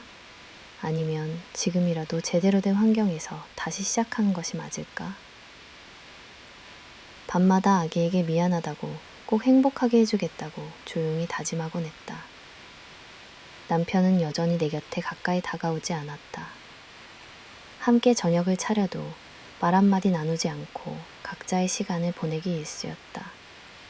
나는 남편이 정말 내 마음을 모르는 건지 아니면 일부러 외면하는 건지 알 수 없어 더욱 답답했다. 솔직히 우리의 미래를 위해 어떻게 하면 좋겠냐고 묻고 싶었지만 그마저도 더 이상 용기가 나지 않았다. 그러니 어느 날 시아버지가 다시 나를 찾아왔다. 고요한 거실 한쪽에서 그는 천천히 말을 건넸다. 지영아, 사람은 누구나 한 번쯤 큰 결정을 내릴 기로에 서곤 한단다. 그때 가장 두려운 건 내려진 결정이 혹시 후회로 남을까라는 걱정이지. 하지만 네 인생은 결국 네가 살아가야 하는 거란다. 지금 네가 느끼는 고통, 망설임, 혼란 모두 의미가 있다. 그의 조용한 조언에 나는 울컥 눈물을 쏟고 말았다. 시아버지는 내가 지은 죄가 아니며 누구도 너를 대신해 희생하라고 강요할 수 없다고 했다. 때로는 가족이란 이름이 우리를 가장 무겁게 만들지. 하지만 결국 마지막 선택을 하는 건 본인이다. 네 마음이 정말 무엇을 원하는지, 얼마나 더 견딜 수 있는지 솔직하게 마주보렴. 시아버지와의 대화 후 나는 다이어리 한 켠에 마음의 소리를 적어내려가기 시작했다. 나는 더 이상 혼자가 아니야. 이제는 아이의 엄마로, 또 내 인생의 진짜 주인으로, 내 행복도 아이의 내일도 내가 지켜야 한다. 그 어떤 것도 맹목적으로 감내하거나 남에게 흔들리지 말자. 작은 다짐이었지만 그 순간만큼은 마음 한구석이 조금은 단단해지는 느낌이 들었다. 며칠 밤을 고민 끝에 직접 남편에게 진지한 대화를 요청했다. 우리는 마주 앉았다. 침묵 속에서 나는 내 감정과 생각을 또박또박 꺼냈다. 지금 우리 상황이 너무 힘들고 나는 무엇보다 이 아이에게 부끄럽지 않은 엄마가 되고 싶어. 하지만 이대로는 아무것도 나아지지 않아. 네 생각이 무엇이든 이제는 각자 솔직해질 때야. 나도 너도 우리가 정말 원하는 게 무엇인지 더 이상 피하지 말자. 남편은 한동안 아무 말이 없었다. 그 후 남편 역시 나도 많이 두려웠다고 고백했다. 서로가 용기를 내 말문을 연 그 짧은 시간이 어쩌면 새로운 선택과 변화를 위한 첫걸음이었을지도 모른다. 나는 아직도 두렵다. 무엇을 선택하더라도 상처는 남고 후회할지도 모른다. 하지만 이제는 더 이상 흐르는 물처럼 살아갈 수 없다는 것, 그리고 내 인생의 첫 번째 주인은 바로 나 자신이라는 점을 배워가는 중임을 느낀다. 어쩌면 인생에서 가장 용기 있는 일이란 남들의 기대에 맞추거나 모든 관계를 지키려 노력하는 것이 아니라 진짜 내 마음의 소리에 충실한 길을 선택하는 것임을 새삼 깨닫는다. 중대한 갈림길 앞에서 나는 그저 한 발 한 발 나아간다. 나와 아이의 내일을 위해, 그리고 여태 스스로를 가장 먼저 희생시켜온 나 자신을 한 번쯤은 따뜻하게 안아주기 위해. 구체적인 결심 장면, 추가 대화, 결론 제안 등 더 확장, 다듬기를 원하시면 언제든 말씀해 주세요. 항목의 확장본입니다. 앞서 작성한 심정, 갈등, 배경, 대사, 심리 상황과 중복되지 않게 이제까지 살펴온 가족사와 내면 변화, 현재의 심리 흐름, 주변의 조언을 묻는 자세, 누구의 말도 내 인생을 대신 책임질 수 없다는 깨달음. 진솔한 자기 고백. 그리고 미래를 위해 어떤 형태의 조언을 구하고 싶은지 구체적으로 담아 약 1700자 분량으로 세밀하게 서술했습니다. 12. 현명한 조언을 바라는 마음. 끝끝내 밤이 깊어지고 불이 꺼진 거실에 홀로 남아 조용히 앉아 있으면 나는 내내 생각에 빠지곤 한다. 이제까지 지난 세월, 사랑이라 믿었던 남편과의 관계, 결코 풀릴 수 없는 시댁의 상처, 그 안에서 나답게 살아남으려 애쓰던 지난날의 나. 누구보다 강하고 현명한 엄마가 되고 싶었지만 현실은 내 의지와 상관없이 수없이 많은 질문과 망설임, 불안과 두려움을 남겼다. 나는 가끔 이런 고민을 종이에 써 내보기도 했다. 나는 어떤 어른이 되고 싶은가? 아이는 어떤 가정에서 태어나야 가장 행복할까? 남편과의 거리는 돌이킬 수 없을 만큼 멀어진 걸까? 시어머니와의 상처, 그 지난한 세월을 뛰어넘을 수 있는 용기가 내게 있을까? 스스로에게 글로 가만히 질문을 던지다 보면 오히려 마음 깊은 곳이 조금은 정리되는 느낌도 든다. 지난 수개월간 나는 참 많은 후회를 했다. 어쩌면 처음부터 지금의 가족에 더 깊이 들어오지 않았다면, 혹은 좀 더 솔직하게 문제를 꺼내고 아무에게도 기대지 않고 내 결정을 먼저 존중했더라면, 나라는 사람을 지금처럼 지치지 않게 지킬 수 있었을까 싶다. 하지만 삶이라는 것이 언제나 내가 바라는 대로만 흘러가지 않는다는 것 역시 잘 알고 있다. 그래서 요즘은 내가 진심으로 구하는 조언이란 단순한 정답이 아니라 내 마음을 끝까지 존중해주고 방향을 찾을 수 있도록 온기와 응원을 주는 말이라는 것을 깨닫게 된다. 어쩌다 친정 엄마에게 전화를 걸어 힘들다는 말을 하거나 친한 친구에게 조심스레 고민을 털어놓아도 되돌아오는 대답은 늘 비슷했다. 힘들면 잠깐은 거리를 두고 했다. 요즘엔 조언이란 내가 원하는 삶, 내가 진짜로 바라는 거를 스스로 선택하도록 용기 주는 말이어야 한다는 사실을 조금씩 배우고 있다. 누가 뭐라 해도 마지막 선택은 결국 오롯이 내 몫이다. 나의 선택에 책임을 지고 실수와 후회까지도 끌어안는 것. 그리고 그럼에도 불구하고 내 아이에게 부끄럽지 않은 삶을 만들어가는 것이 내가 진정으로 원하는 길임을 조금씩 깨닫는다. 또 한편으로는 내가 너무 이기적이어도 괜찮을까? 가족의 이름 아래 내 자존감이나 꿈을 희생하는 게 당연한 일은 아니었을까?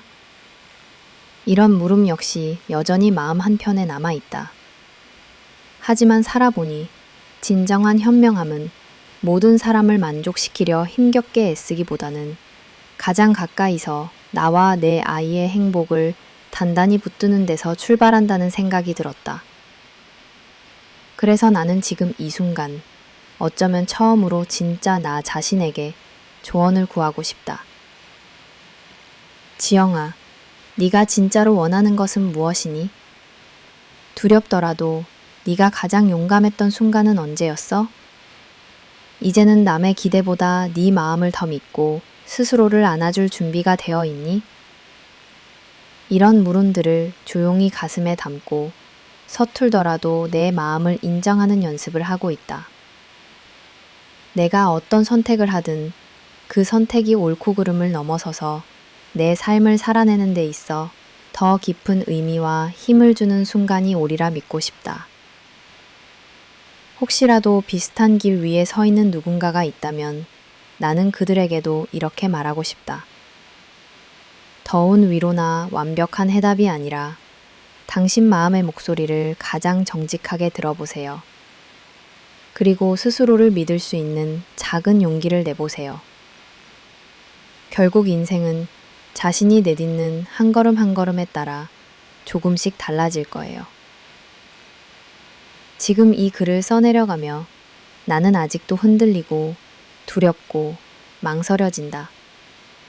하지만 언젠가 내가 진짜로 원한 삶, 나와 아이를 위한 가장 따뜻한 선택을 할 수 있으리라 믿으며 나는 오늘도 묻는다. 누구에게든, 그리고 내 자신에게도 지금 이 순간 나에게 필요한 현명한 조언은 무엇인가요? 가장 사랑하는 나와 아이를 위해 내가 스스로 지켜야 할 가치와 희망은 과연 무엇일까요? 내가 진정으로 듣고 싶은 답은 어쩌면 이 질문들 그 자체 속에 이미 담겨 있는지도 모른다.